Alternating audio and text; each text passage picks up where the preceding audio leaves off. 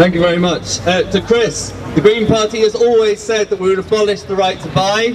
We're standing here with you today because the Green Party has been challenging for years this idea that just building more homes is going to solve our housing problems. And Elephant and Castle is the best possible example of what you get if you say just build homes. Because you had the Haygate estate, which was demolished to make way for twice as many homes, with a massive loss of council housing and the dispersal of council tenants and leaseholders all over London and the South East.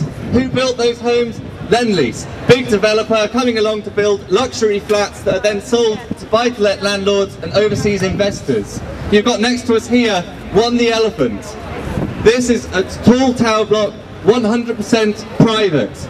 They said if we had to put social tenants in this building, we'd need a special back door for them, a pour door, and a separate lift. And they said if we put that in, it would be too expensive, so we can't do it. And the council let them build a 100% private development because they wouldn't want those investors to have to mix with ordinary people at the Elephant and Castle. This is the consequence of saying just build more housing. Let a cartel of big developers do it, private housing, very little for ordinary people. The Green Party wants to do three things. We want to bring in a land value tax. We want to put off those investors from speculating on our housing and driving up prices. Homes should be sold to people who want to live here, people on ordinary incomes who need to get to work, who need their kids to go to school. The second thing is that we would abolish the right to buy. We would stop demolishing council estates that don't need to be demolished. From Cressingham Gardens in Lambeth, the Haygate estate here, the Aylesbury estate, all over London.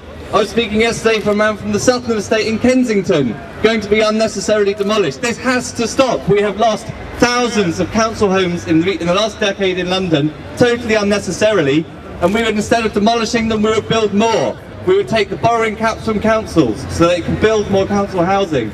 We would massively increase the social housing budget, funded by taking tax breaks from buy-to-let landlords. These things can be done, they'll be in our manifesto.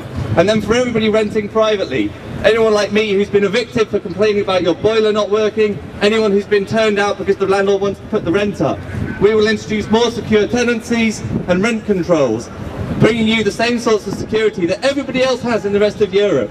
This is not a completely crazy radical platform, any more than Syriza is a radical platform in Greece. It's just common sense to say that if you live in that home, it's your home. It's not an asset for that landlord to sweat, it's your home. If you want to stay there, you should be able to stay there. And that's it. Now,